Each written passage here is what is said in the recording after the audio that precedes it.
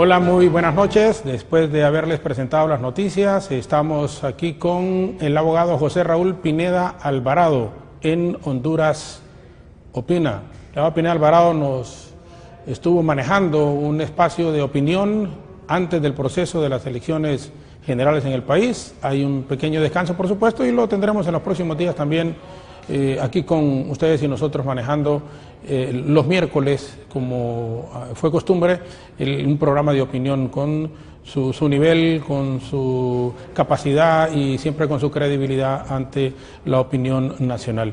Pero hoy hemos querido estar con él en virtud de que ha pasado ya la escogencia de la Junta Directiva del Congreso Nacional. Se estuvo especulando que podía, aunque con pocas opciones de verdad, por lo que representa y el número de diputados que tenían los nacionalistas, que podía ser un presidente de la oposición. Esa era la aspiración de los liberales. Al final no ocurrió así, pero ¿qué se puede esperar de este Congreso? Decimos nuevo en el sentido de que hay un buen número de diputados de los 128, un poquito más de la mitad que llegan por primera vez a la Cámara Legislativa, y en la propia Junta Directiva solo se mantiene como presidente el doctor Mauricio Oliva. No era primer vicepresidente, lo es ahora el abogado Antonio César Rivera Callejas, era prosecretario y es secretario ahora Tomás Zambrano. La gran mayoría pues son de los partidos emergentes que se unieron para conformar el total de 18, al final un número bastante amplio, creo que es primera vez. Pero bueno, nos da muchísimo gusto estar de nuevo con usted, abogado. Gracias por acompañarnos. Es un placer estar acá. ¿Qué tal todo y cómo ve la situación del país, este nuevo Congreso Nacional, la conformación del Ejecutivo, obviamente la Corte que entra en una etapa distinta también después de los cuestionamientos que ha hecho la MASIX hoy por la mañana, y cómo ve el panorama en términos generales en el país? Pues bastante complicado. Creo que estamos a la mitad del proceso de conflictividad, utilizando una expresión de los medios, de los médicos, con pronóstico reservado. Yo siempre digo que Honduras, más que cambio en las personas, más que cambio de gobernantes, necesita un cambio en la forma de gobernar. Usted recién hablaba del Congreso, y hoy que la gente está mucho más informada, se da cuenta de la necesidad de hacer cambios en el Congreso. Cambios en el sentido, por ejemplo, de explicarle a la gente por qué el Congreso de Honduras tiene 7 vicepresidentes. No sé qué papel va a desempeñar el 6º presidente o el 7º vicepresidente, cuando un presidente y 2 vicepresidentes es suficientemente práctico para que la actividad legislativa se desenvuelva bien. Escuchaba un diputado hablar de que cuando se presenta una moción no puede haber otra moción, y yo le he dicho a mis amigos diputados, es urgente que el Congreso tenga un reglamento de debates. Somos el único Congreso de Centroamérica que no tiene reglamento de debates. Entonces, cuando usted no tiene un reglamento de debates, puede hacer lo que la lógica, el sentido común le asegure para un desempeño democrático del Congreso. No entiendo por qué los que manejan el poder en el Congreso, teniendo una notoria mayoría sobre los adversarios, se niegan a darle la palabra y hacen una elección en juntas preparatorias que duró 7 u 8 minutos, y la otra se hace casi con los primeros albores del día y se hace con la rapidez del rayo. No entiendo respecto a la imagen de un Congreso que debe ser el sumum del debate democrático. Es tan triste la situación, usted y yo hemos sido diputados, que la instalación del Congreso ha sido un espectáculo que ha disfrutado la ciudadanía. Nosotros de diputados estábamos pendientes de quién integraba la comisión de traer el presidente de la República o el presidente de la Corte, el discurso del presidente. Hoy el presidente no va a ir a la clausura de esta legislatura, se va a limitar a mandar su informe.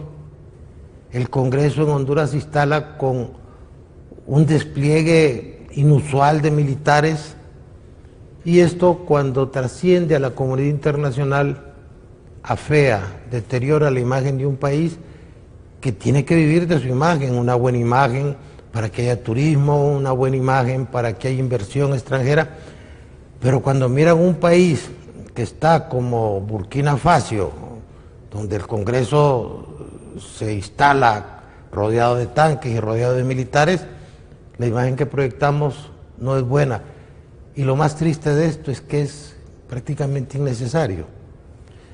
Entonces sí hay que empezar a considerar que este cambio de diputados, complementado con un cambio de actitud entre los que ya están y continúan, puede darle una mejor imagen al gobierno y al país dentro de ese esquema de que Honduras no ocupa solamente cambio de personas, ocupa cambio en la conducta de estas personas, y en eso incluyo la sociedad hondureña, que hasta hace pocos meses era una sociedad muy perezosa, muy obesa, muy lenta, muy displicente, pero que hoy la vemos en la calle protestando, tratando de empoderarse, hacer valer sus derechos, unos y otros en otras actitudes que lindan con lo criminal. Por eso es importante que nosotros hagamos un buen diagnóstico de lo que pasa en Honduras.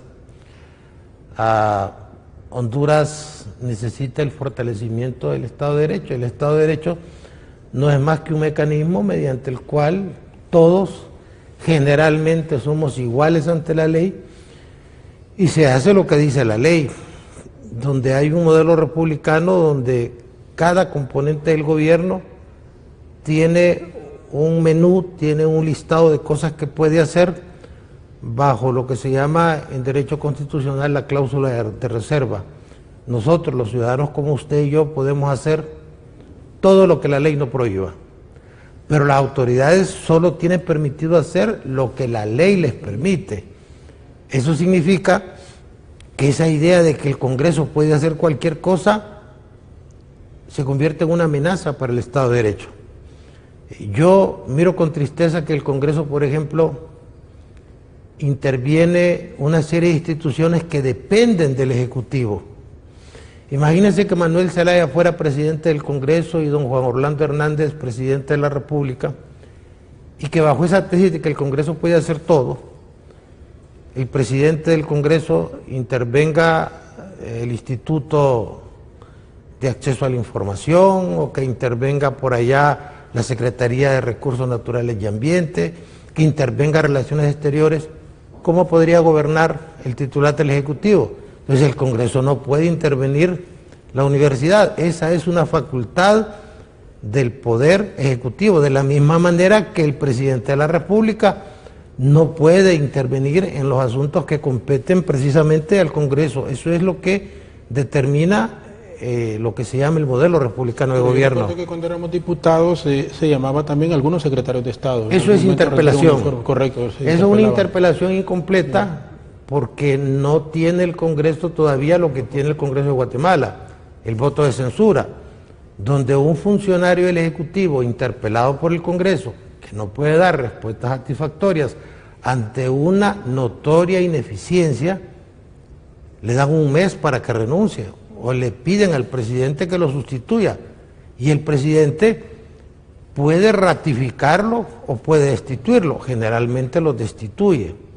Esto depende del peso político que se da entre los forcejeos, entre los congresos y el Ejecutivo. En Honduras eso sería impensable en este momento, pero una cosa es la interpelación y otra cosa es la intervención donde el Congreso manda una serie de funcionarios o comisionados o interventores y dicen, mire, ustedes van a manejar esa institución y tienen facultades de quitar, de poner, de reglamentar.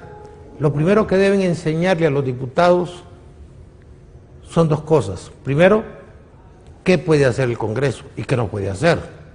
El Congreso no puede quitar la Corte. Y enseñarles los temas del presupuesto, porque todo el plan de desarrollo de un país orbita alrededor del diseño de un presupuesto orientado a darle un crecimiento con dignidad a la sociedad. Usted tiene que discutir en el Congreso salen los diarios de hoy que vamos a pagar casi 36.000 millones de servicio de la deuda. Eso es más de lo que está presupuestado para salud, más de lo que está invertido en educación, y es una antinomia, es una contradicción. Es como cuando usted está totalmente comprometido con las tarjetas de crédito y ya no puede saldar su deuda y paga por cuotas mínimas una cantidad muy cercana a lo que va a gastar en la alimentación de su familia. Ese tipo de temas, aunados a temas como por qué el salario mínimo de Honduras es menor que el costo de la canasta básica, que son temas que todos vivimos, que todos sentimos, que todos experimentamos, no lo maneja el Congreso. Entonces, hay un problema con los congresos. Primero, los diputados nuevos quieren inventarlo todo y los diputados viejos creen que lo saben todo. Una gran inversión que podría hacer la cooperación internacional es capacitar a los diputados en hacer su trabajo para que el Estado de Derecho no se ponga en precario y no venga el Congreso a excederse en sus facultades y el Congreso empiece a restringirse en tanto a otras donde el Congreso es víctima, porque por ejemplo todos los grandes actos de corrupción de este país han pasado por el aval del Congreso sin que los diputados se den cuenta. Estoy seguro que esa reforma a la ley de presupuesto, que a mi criterio y al de muchísimos abogados es inconstitucional y es ¿La reforma es inconstitucional sí, porque debe haber ido a la Corte o...? No, porque en primer lugar hay una convención interamericana contra la corrupción y una constitución de la República que señala las atribuciones del Poder Judicial y las atribuciones del Ministerio Público. Vale decir, si hay un delito, investigue el Ministerio Público y acuse el Ministerio Público. Claro. Con esa reforma, si hay un delito cometido por un funcionario en cuanto a la administración de fondos, va a investigar el Tribunal Superior de Cuentas y después le manda el expediente al Ministerio Público, pero el Ministerio Público no le recibe como verdades reveladas lo que le manda el Tribunal Superior de Cuentas, sino que hace su propia investigación y las dos investigaciones pueden durar años. Entonces, ante la notoriedad de que un funcionario, como ya ha pasado en Honduras, emite un cheque con los fondos del Estado y se lo echa a la bolsa, hoy el Ministerio Público no va a poder acusar, simplemente va a esperar que el Tribunal Superior de Cuentas, que primero es un ente nombrado políticamente, agobiado por la carga laboral que tiene, sin recursos, sin personal, agarre un expediente y lo tenga años y mientras tanto el dinero producto de la corrupción lo van a gastar y el tiempo, como pasa con todas las cosas de la vida, va a ir generando un velo de olvido que determina que en este momento, pues si ya tuvieron el valor de hacer eso, pues que cierren el Consejo Anticorrupción, que cierren la Fiscalía Anticorrupción, que cierren todas las instituciones donde el Estado invierte dinero para combatir la corrupción, porque no van a poder hacer funcionalmente prácticamente nada.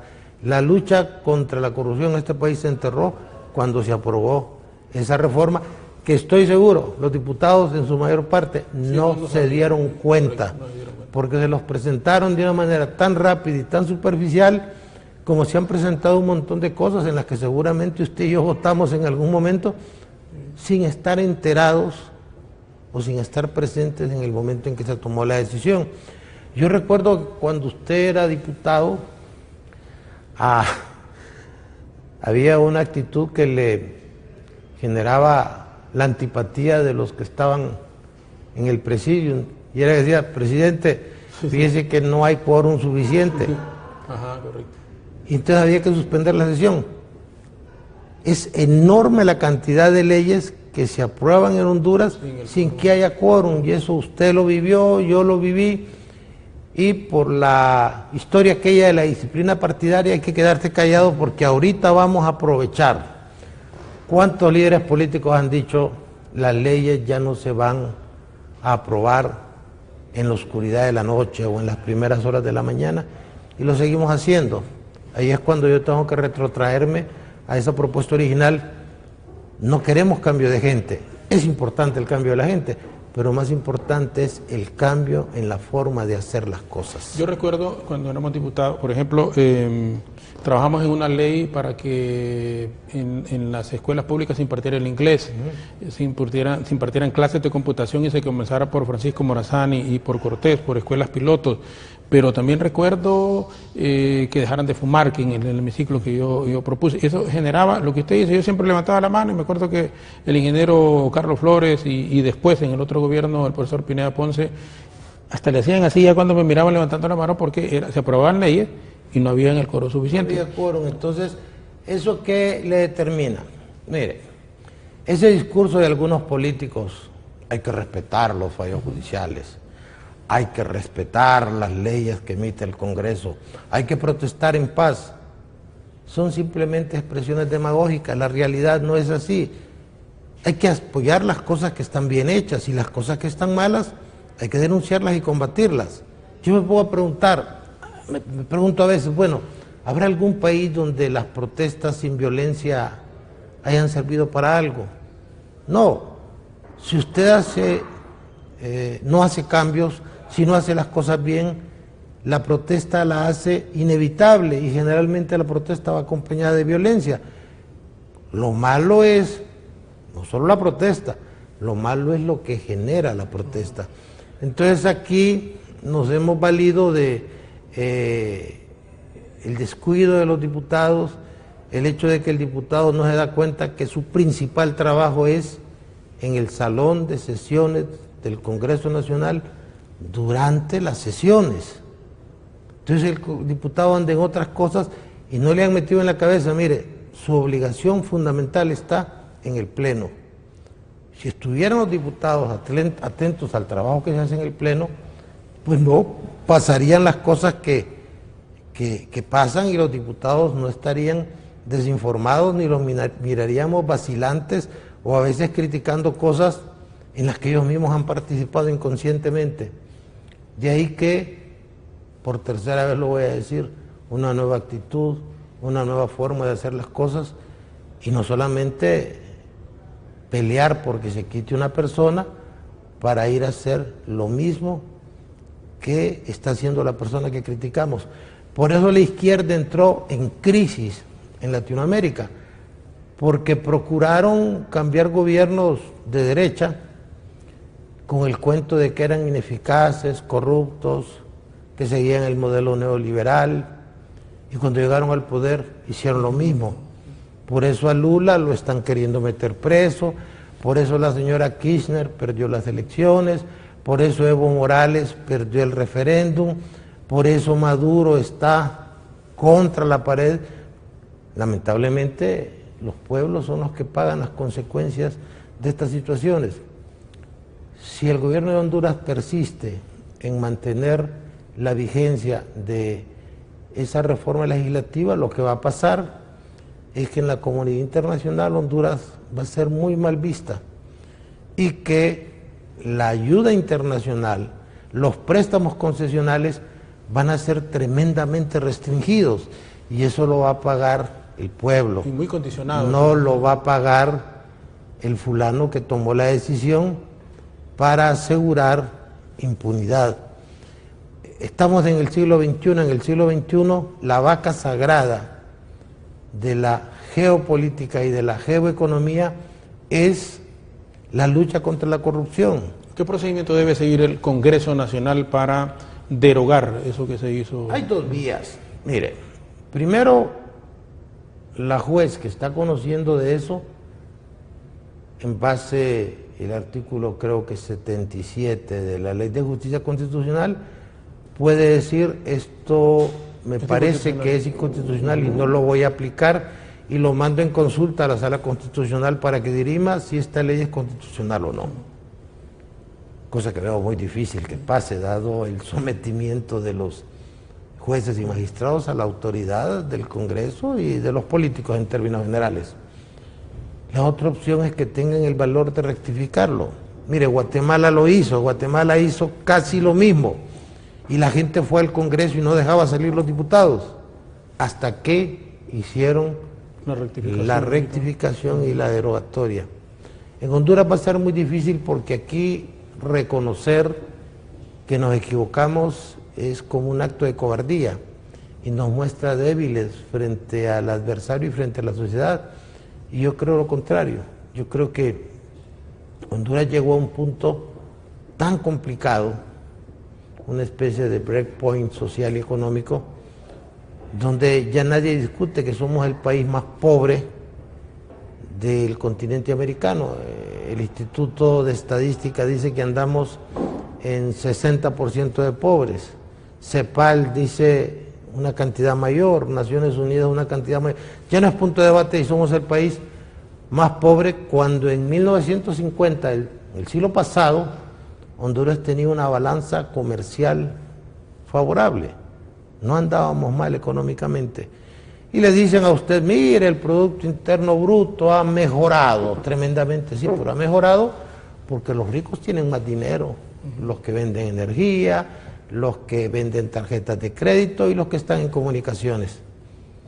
Pero hoy vaya a la calle, y yo trato de mantener algún arraigo con la realidad, y a veces voy a los mercados. Antier estaba en un mercado y pregunté cuánto vale un pataste y me dijeron 16 lempiras. Y mira lo que come la gente. Y mira, cuando siendo pobres, hace 30 años, nosotros no mirábamos la miseria que hoy vemos, particularmente cuando la sociedad hondureña cambia y deja de ser una sociedad rural, productiva, a ser una sociedad urbana que vende servicios. Ese tipo de cosas yo siento que le hace mucho daño al país el discurso demagógico. Cuando yo terminé recién una consultoría con otros buenos profesionales de la economía, vemos que el desempleo abierto se ha triplicado en el país desde el 2010 al 2016. En 1999 quedamos debiendo 600 millones de dólares porque nos condonaron las deudas. Hoy oficialmente solo deuda externa son más de 10.000 millones de dólares. Es decir, en 16 años gastamos muchos millones de dólares y no sabemos en qué. Con el decir de reducción a la pobreza también, porque a eso iba cuando se hace la condonación, el dinero que íbamos a recibir iba a ser trasladado para reducción pero la pobreza aumentó, claro, es decir, ha aumentado casi 8 puntos. Pero el discurso del gobierno es diferente, es decir, vamos a lograr el centro logístico del mundo, el corredor turístico, el corredor agrícola. Son carreteras, no sé por qué les dicen corredores. Y hoy tenemos un grave problema, estas tomas están ocupando la carretera panamericana y el conflicto de Honduras empieza a afectar a otros países, porque todos tienen que pasar por tierra, comercio de México, Guatemala, El Salvador, tienen que pasar por Honduras, y afectamos Nicaragua y Panamá. Yo me preocupo cuando un país vaya a la Organización Mundial de Comercio y se queje contra el gobierno de Honduras, porque no está controlando la carretera panamericana por donde pasa el 90% del comercio entre el norte y el sur, por lo menos el comercio terrestre. Y eso parece que no nos preocupa. ¿Por qué? Porque los que manejan este país están actuando como que aquí no pasa nada. En lugar de enfrentar la crisis, empezar a buscarle soluciones. Yo no veo en la oposición gente tan cerrada o tan perversa que no quiera que en este país haya más trabajo, haya menos enfermedades, haya más oportunidades. Siento mucha tristeza cuando veo el entusiasmo ingenuo con que algunos padres de familia dicen, mi hijo ya se hizo profesional. Automáticamente pienso, ¿y en qué va a trabajar en Honduras? Me encantaría ver un presidente que dijera, señores, los embajadores de Honduras están negociando con países europeos o asiáticos, básicamente con países como Nueva Zelanda, como Australia, como Canadá. Vamos a enviar mano de obra de manera masiva. El Salvador lo acaba de hacer, acaba de negociar que le reciban 50.000 salvadoreños y que dejemos de estar arriesgando la vida para ir a vivir a Estados Unidos y que se hagan contratos por 2, 3 años y el gobierno de Honduras se comprometa que los hondureños van a regresar acá, o pensar en lo que yo llamo algo de urgencia, el plan de recuperación económica.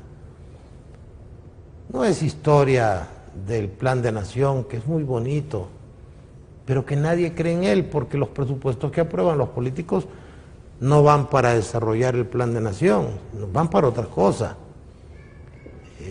¿Cómo logramos ese plan 2020 que ya tiene un tiempo de haber pasado y al cual no se le ven resultados tangibles, se sustituya por algo más sencillo, un plan de reactivación económica, un plan de recuperación económica? ¿Qué le va a incorporar? Hombre, baje el impuesto a la empresa privada. Si es necesario, bajemos el impuesto sobre ventas, un poco. Bajemos el costo a la luz. Porfirio Lobo dejó 13 fideicomisos, en este gobierno hay 88, y eso no tiene nada que ver con que usted quiera o no quiera a las autoridades actuales. Son realidades que ahí están y que nos afectan a todos, y seríamos masoquistas o estúpidos si no señalásemos, miren, esto está mal, habrán otras cosas que están muy bien.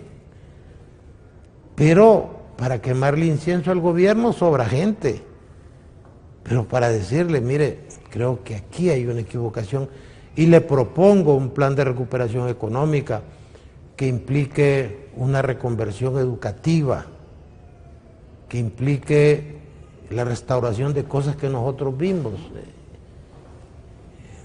La cátedra de moral y cívica, donde a uno le enseñaban a amar a su país, a conocer sus héroes. Hoy los jóvenes, inclusive algunos diputados, no conocen nada de la historia de su país. Una señora dijo por ahí que Francisco Morazán y que Colón y toda una serie de cosas que son irrepetibles. Hasta la extensión territorial. Pero nosotros tenemos que entrar. Bueno, Honduras tiene fronteras por definir con 6 países. Y nadie hace nada. Ganamos un juicio con El Salvador y no hemos podido ni siquiera reformar la Constitución en los términos de las nuevas dimensiones del territorio de Honduras. Yo recuerdo que a un diputado le hice un proyecto y fue a la Cancillería dio el dictamen, nunca lo aprobaron, porque Honduras ganó más territorio. Con el fallo de La Haya nosotros ganamos más territorio.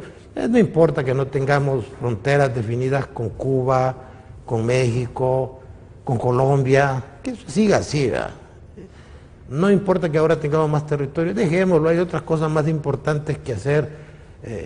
Yo estuve recientemente asesorando una comisión del Congreso y miraba proyectos como declarar el Día de la Baleada, ¿va? O recuerda aquel famoso diputado que prohibió que se bailara la lambada. Esos disparates, bien intencionados seguramente, eso no puede ser parte de una agenda legislativa. Claro. Y ahí repito, una nueva forma de hacer las cosas. En el Congreso, capacita a los diputados. Mire, ya cuando estamos terminando esta media hora, antes de hacer la pausa, y le voy a hacer la pregunta, sí, yo conozco obviamente interioridades, pero le digo,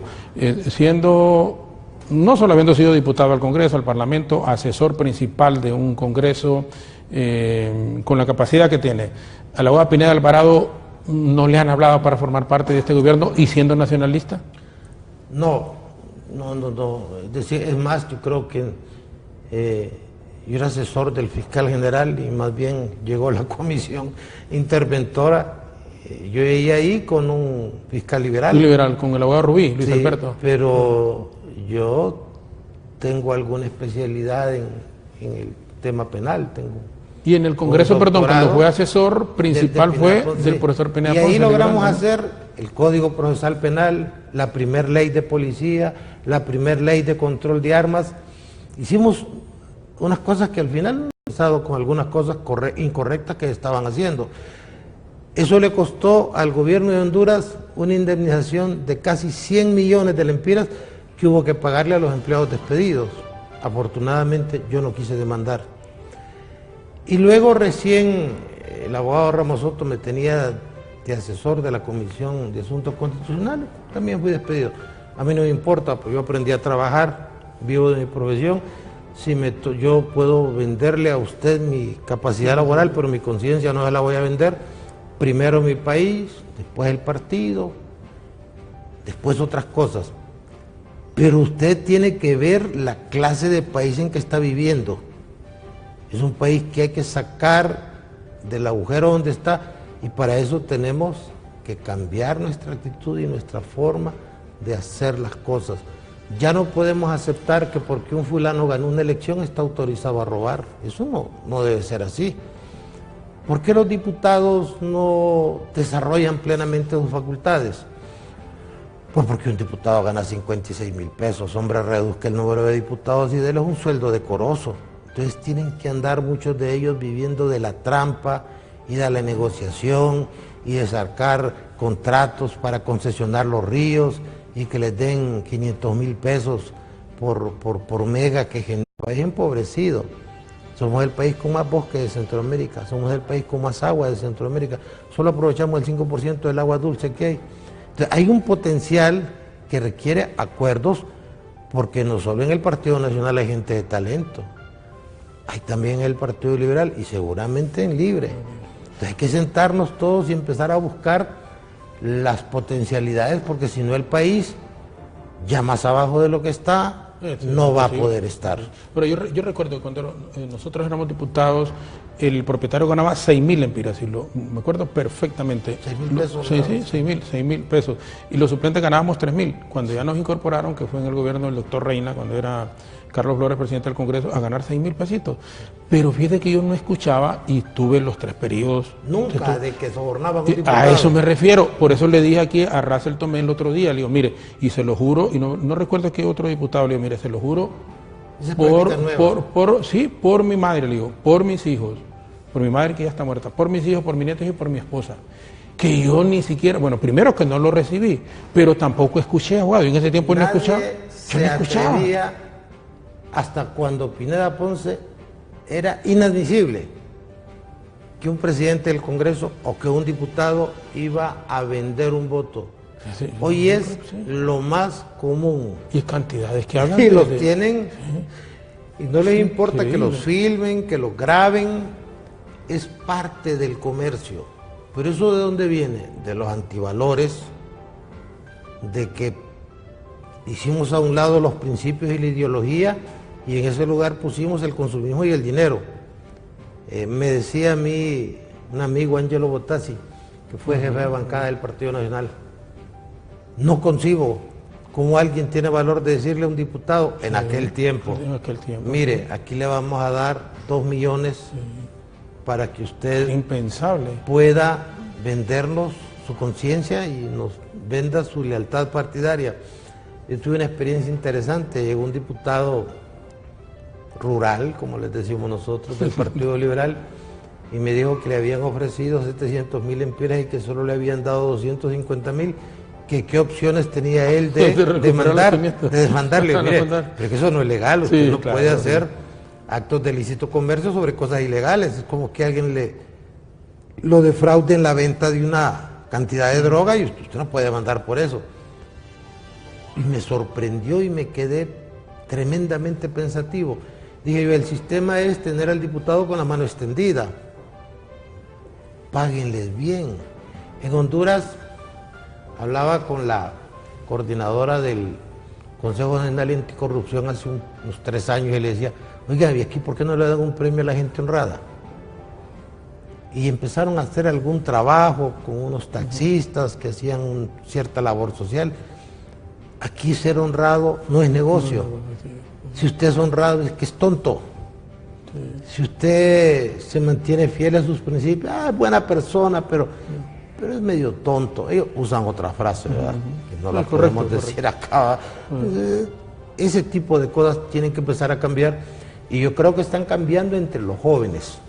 Yo creo que los jóvenes ya piensan de una manera diferente, pero la degeneración ha sido tan acelerada que no hace muchos años que Pineda Ponce era presidente del Congreso o que Carlos Flores era presidente del Congreso, Y era inimaginable que llegara un grupo de diputados y dijera, mire, le vamos a dar 700,000, no, si me dan 1,000,000 sí. Era impensable, sinceramente. Y que se los paguen a través de esas ONGs que ahora están blindando con esa normativa que aprobó el Congreso. Es decir, lo que se hizo fue sofisticar la corrupción que antes se hacía de manera más descarada y que es generadora de conflictos porque los que votan lealmente a favor de las posiciones del gobierno, a eso no les dan nada. Entonces, y se enojan, dicen. Y se enojan, sí, la oposición está mejor que nosotros. Y esas son realidades que ya tienen que ponerse en la mesa, que tienen que descubrirse. No es cuestión de hablar, no toquen la institucionalidad, porque no tocar la institucionalidad si la institucionalidad no sirve. ¿Qué respeto puede merecer una institucionalidad que solo sirve para encubrir actos de corrupción? Y por eso hay que empezar a abordar esos temas y celebrar a algunos hondureños y particularmente algunas hondureñas que hoy están demandando una nueva forma de hacer las cosas. Hay que poner de moda la integridad, hay que descartar eso de la demagogia. Yo cuando escuchaba antier a un funcionario de gobierno presentar como un gran logro, hemos invertido 37,000 millones de lempiras en infraestructura de carreteras. De esos 7,000 millones son puestos por el gobierno. Por Dios, 30,000 son prestados. Y eso va a haber que pagarlos. Entonces eso no es un logro. Solo hubiera contado la mitad de la novela. O hubiese dicho 30 son inversión del gobierno y 7,000 prestados. Pero en Honduras pareciera que entre más burro es uno, más futuro tiene, ¿verdad? Usted mira una administración pública intelectualmente muy modesta. No mira personajes como los que uno conoció aún en los gobiernos militares. Alfaro, honestamente. Sí. Luis Cosenza que era gente, había figuras que eran más accesibles y que tenían capacidad de respuesta. Me dicen que el ministro de Finanzas, que yo lo veo como un buen funcionario, se le va a quitar. Se le va a pasar a otro cargo. Ir al Banco Central, dicen. Es el de los funcionarios que está ahí. Tiene buena imagen. Yo lo veo como un buen funcionario. Y yo tengo la imagen de ser despiadada en la crítica al gobierno. No, el gobierno ha hecho cosas buenas como todos los gobiernos han hecho cosas buenas. Pero si ha hecho cosas malas, por la salud de la nación hay que decírselas y hay que tener el valor de decírselas. Porque de otra manera uno se convierte en un turiferario, en un obsequioso, en un servil. Y yo siento que el presidente a veces está rodeado de gente que le dice lo que él quiere oír, porque ahorita que el país está en una crisis tremenda, no aborde los temas. Esos temas hay que enfrentarlos, y hay que enfrentarlos con sinceridad y con espíritu de sacrificio. Yo creo que si la oposición tiene una buena propuesta, pues hay que hacerlo. Yo recuerdo que hace unos años mi empleado iba a pagarle ENE y más bien le devolvían 80 o 90 pesos. Yo no creo que eso sea malo ni que sea rabiosamente populista. Sí creo que es malo que fulanos que usted y yo conocimos andaban en taxi colectivo o andaban a pie, o sean personas que tienen edificios, que tienen amantes, que tienen enormes cantidades de dinero, lo que le puede despertar mucha envidia a Jesucristo, que hizo la multiplicación de los panes y los peces, y estos caballeros hicieron la multiplicación de los millones. Pero son millones de la gente, no son de ellos. Las cosas del Estado deben cuidarse más que las cosas propias. O vivir esa fantasía de creer en lo que yo llamo la doxocracia, el poder de los medios, que porque la televisión y la radio dicen que las cosas andan bien, es que andan la bien. gente va a estar con sobrepeso de tanto comer. Son acciones que yo llamo acciones fogonazo, que si por ahí hay problemas de salud, no, ya hay una comisión interventora, ahora se llaman fuerzas de tarea, ¿ya? Porque hemos militarizado la sociedad. Entonces usted mira que está intervenida la Universidad de Catacamas, está intervenida el Seguro, está intervenida la policía, no por un año, el hospital de escuela. Por un montón de años. Entonces, ¿para qué sirve el gobierno si todos le estamos privatizando y todos le estamos interviniendo?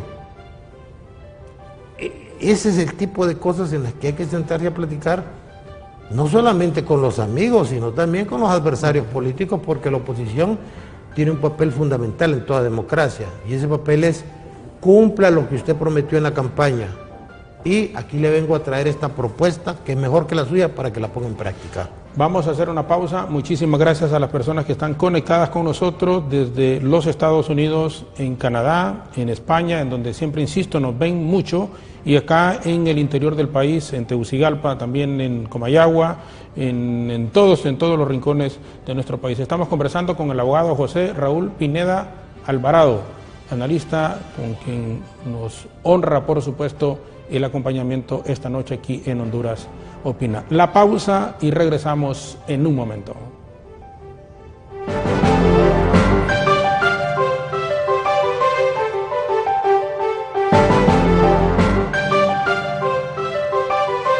Este regreso a clases con Banco Azteca, lo único que comprarás son los útiles.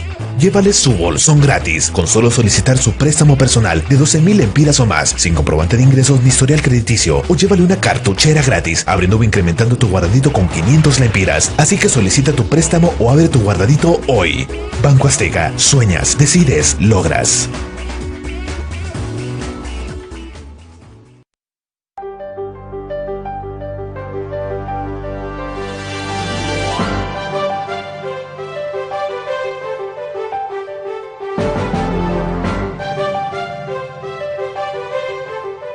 En esta pausa regresamos con el abogado José Raúl Pineda Alvarado, con quien estamos conversando el papel en el Congreso Nacional de la República, cosas que tienen que mejorarse, por supuesto, para tratar de hacer mucho más transparente la función en la Cámara Legislativa y todos estos asuntos que tienen que ver con la labor de los parlamentarios. Equipo de investigación, abogado, de la MASIX y la Fiscalía están en Brasil en este momento investigando la firma Odebrecht. Ellos en varios países, no sé, en 12 o 13, 14 países sudamericanos, a través de informes que se han manejado por los Estados Unidos, dieron sobornos, en su gran mayoría en el mismo Brasil, pero también en Argentina, en Uruguay, aquí mismo en Centroamérica. En Honduras dicen que repartieron unos 10 millones de dólares. ¿Qué comentario le merece estas investigaciones que se están realizando en este momento con la presencia del propio fiscal general del Estado? Bien, en Honduras hemos sido tremendamente tolerantes y complacientes con la corrupción, pero desconocemos que hoy más que geopolítica hay geoeconomía, y que una de las cosas que más daña la economía es la corrupción. Hasta hace unos 12 años en Alemania se deducía de los impuestos lo que declaraban las empresas, se pagaba en corrupción en América Latina. Actualmente Alemania lo prohibió, y en el mundo hay toda una campaña de castigar la corrupción, en algunos países hasta con la pena de muerte. La mayor parte de los presidentes que han caído en el entorno centroamericano, Portillo en Nicaragua, en Guatemala por lavado de activos, el caso de La Línea, que tiene preso al presidente y a su vicepresidenta, 2 o 3 casos en El Salvador, uno en Nicaragua con un expresidente, 2 en Costa Rica, Martinelli, que está con un pie en la cárcel básicamente por andar pinchando teléfonos sin autorización judicial, que es lo que se hace aquí todos los días. Caen por corrupción, es decir, la vaca sagrada del siglo XXI de la lucha anticorrupción. Es prácticamente imposible que esta empresa Odebrecht haya venido a Honduras a trabajar sobre ciertos temas de inversión y no haya visto como algo natural que se le pidiera un soborno. Mire, el presidente de Estados Unidos gana $400,000, son más o menos 10 millones de lempiras al año. Usted y yo sabemos que 10 millones de lempiras es lo que se echa a la bolsa cualquier presidentío de estos de nosotros por firmar un contrato de compra de energía térmica o por algún concesionamiento.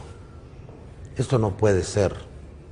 Esto ya no puede seguir, esto hay que pararlo de alguna manera. Pero ¿qué problema tiene la Maxi? La Maxi nace con el pecado original de que puede tener la más clara certeza positiva de que se cometió un delito y tiene que pasar por la decisión política del fiscal. Y si el fiscal dice que hay que continuar la investigación o está así como esos caballos que están en el punto de arranque para la carrera, dispuesto a huir, a irse de ese cargo porque no quiere enfrentar los llamados poderes fácticos de la corrupción, que son enormes, pues la cosa no va a caminar. Y si usted logra pasar el filtro de la Fiscalía, va a entrar en el problema del Poder Judicial, donde con un tecnicismo legal le van a decir, señor, fíjese que esto está mal presentado y entonces a nosotros no nos queda más en función de la presunción y del estado de inocencia y que la Fiscalía no pudo enervar ese estado de inocencia y toda una serie de recursos y galimatías legales, retóricas que se tienen, pues no va a caminar. La Maxi tiene una idea bien interesante y es convertirse en una Fiscalía Internacional. Nosotros los hondureños, está demostrado, ya no pudimos con la corrupción.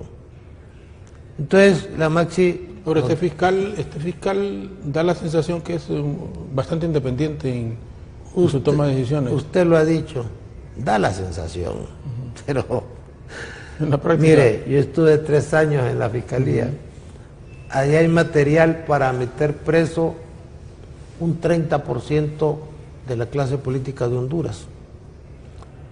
Y no se hace, ¿por qué?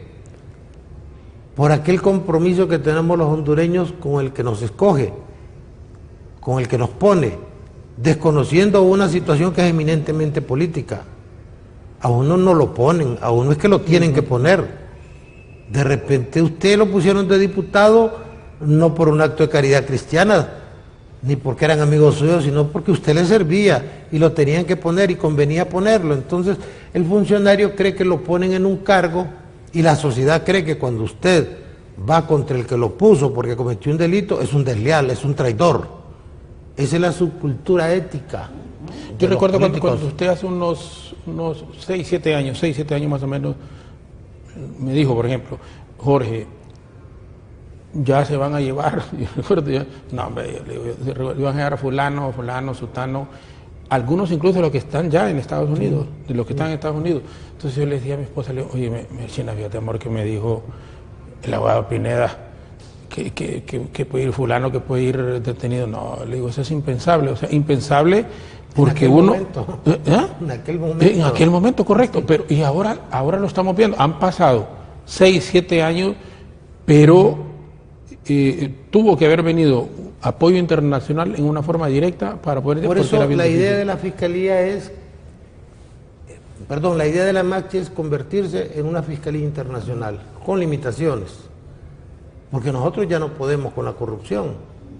Es decir, si aquí Callejas no se lo hubiera presentado allá, el hombre estaría en este momento haciendo un esfuerzo político. Lo mismo estaría haciendo Gianni Rosenthal, serían candidatos a la presidencia. Con posibilidades de ganar, con posibilidades de haber salido bien, correcto. O de arruinarle la sopa a don Juan Orlando Hernández o a don Luis Zelaya. Esa es la realidad del país. Por eso me decía el señor Jiménez Mayor en una visita que hicimos con motivo de trabajo que la única salida aquí era convertir la Maxi en una Fiscalía Internacional. Eso el gobierno no lo va a hacer, pero sí lo pueden obligar a que lo haga los factores exógenos, que en este caso hay que identificarlos como el gobierno de Estados Unidos. En los próximos 3 o 4 meses la clase política se va a ver muy sacudida, porque se van a volver a llevar otro montón de personajes políticos que están involucrados en actos de corrupción relacionados con el narcotráfico. Pero debe haber una simbiosis, el trabajo de la cooperación internacional, que tiene más recursos, más facultades investigativas, y el trabajo de la autoridad local. Yo lo que siento es que el fiscal como que se le ha retirado un poquito al presidente y a los políticos y se ha ido a encerrar, esperando que se le nombre en la Corte Centroamericana de Justicia, lo cual es ilegal, no puede tener 2 cargos. Pero él ya va a terminar su periodo. Pues, en septiembre. Tiene que elegirse un nuevo fiscal, sí. Pero si no están los 86 votos, él debe continuar en el cargo, a menos que renuncie, y no van a poner al adjunto en la posición de él. Sí, claro, no van a poner. Entonces, nunca. Hemos oído permanentemente que se va a hacer esto, que se va a lo otro, pero la Fiscalía no da los pasos conducentes, porque la información la tienen, el respaldo de la sociedad lo tienen, pero tienen ese síndrome, ese complejo, ese compromiso. ¿Cómo voy a ir contra los líderes de mi partido?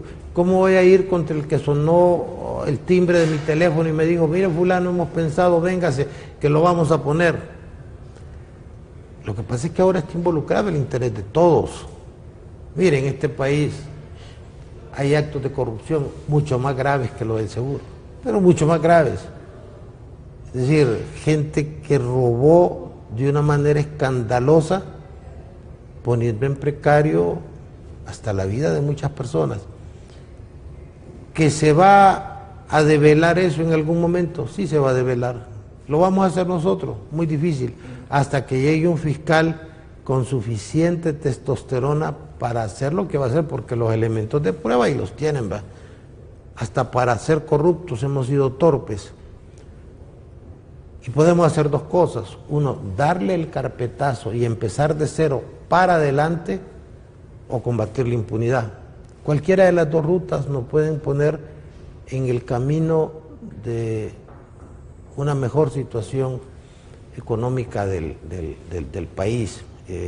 Hubo un momento en la historia de Honduras en el siglo pasado que al presidente Mejía Colindres dijo, bueno, o pago los préstamos y no pago los empleados, o pago los empleados y no pago los préstamos. Cuando usted ya tiene que meter el 40% del Producto Interno Bruto de un país en estar pagando deudas, tiene una convulsión social a la vuelta de la esquina, y así le pasó a Mejía Colindres, que fue un gran presidente, pero después de él vino la guerra del 32, porque nuestra economía es frágil. Imagínense que el gobierno de ese presidente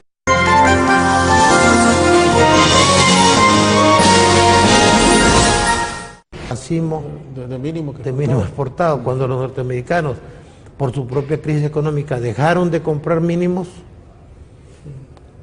el país tuvo problemas. Igual nos puede pasar con el café, igual nos puede pasar si los mercados internacionales empiezan a sancionar a Honduras poniéndole cuotas. O con las remesas. Si nos empiezan a restringir, sí, claro, y las remesas significan el 20% del Producto Interno Bruto. Es decir, nosotros andamos con más de 4.000 millones de dólares que entran de Estados Unidos, y si el presidente de Estados Unidos, en una fuga de locura, aprieta y nos manda masivamente la gente, yo no sé qué va a pasar en Honduras.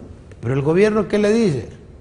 Hombre, yo oí a un funcionario de la Cancillería decir, estamos preparados para recibir a nuestros compatriotas. Si no pueden arreglar ni los que están aquí ya, ¿cómo van a arreglar a los que vienen de Estados Unidos? Por eso yo les sugería, ya deberíamos tener, ¿para qué sirve el cuerpo diplomático de Honduras? ¿Qué hace? ¿Qué cuentas rinden? ¿Dónde está aquel concepto del presidente Hernández de calificación por resultados? Todo fue el fogonazo y la alegría que muchos sentimos cuando dijimos, bueno, calificación por resultados, se va fulano, porque no sirve para nada. Y decir, empecemos a negociar, a buscar nuevos horizontes, a ver cómo nuestros compatriotas pueden ir a trabajar en otro lado, mientras en Honduras se crean las condiciones laborales para que podamos empezar a vivir con dignidad. Yo siento que aquí nos hemos insensibilizado y que vamos a las iglesias para engañar a los tontos, porque ningún tipo que cree en Dios va a aceptar como natural que los niños anden limpiando vidrios de carros en los cruceros que están a 50 metros de la casa de gobierno, o que anden intoxicándose con gasolina, haciendo papel de tragafuegos, o que los ancianos anden pidiendo en las calles. Es decir, ese tipo de cosas no deberían pasar, porque hay problemas tan grandes que no los puede resolver un gobierno. Pero hay problemas que no son tan grandes. Aquí hubo una mujer, Aguaso Caña, que hizo una extraordinaria labor con los niños de la calle. A nosotros no nos importa, porque nosotros ganamos las elecciones y eso nos da derecho a atropellar a todo el mundo y hacer lo que nos da la gana. Por eso estamos al borde del abismo. Yo no sé qué va a pasar, pero todavía no sentimos el impacto económico que va a generar esta crisis política. Y no le veo posibilidades de resolverse en el corto plazo, porque los que toman las decisiones no quieren resolverlo porque no se quieren sacrificar. Tenemos un minuto para finalizar. ¿Qué se puede esperar? 27 de enero, próximo sábado, toma de posesión. Mañana comienza el nuevo Congreso. Bueno, el Ejecutivo que sigue en la misma tónica. Pero ¿qué puede esperar el pueblo hondureño? Porque uno siente que hay como una desesperanza en términos generales en la mayoría de la población. Yo le hablo a eso la situación resignación, indignación, ¿verdad? La gente está indignada, pero está resignada también, ¿verdad? Mientras tenga algo que poner en el estómago, la gente se va a resignar. Cuando no tenga va a haber problema. Recuerda cuando llegaba el presidente y después había en el Congreso un cóctel donde uno se tomaba fotos con las personalidades que llegaban ahí y había alegría y había democracia. Hoy van a haber de mínimo 3 anillos de seguridad con campesinos pobres, uniformados de soldados, y con otros pobres, y los dos sectores lanzándose piedras unos y a otros.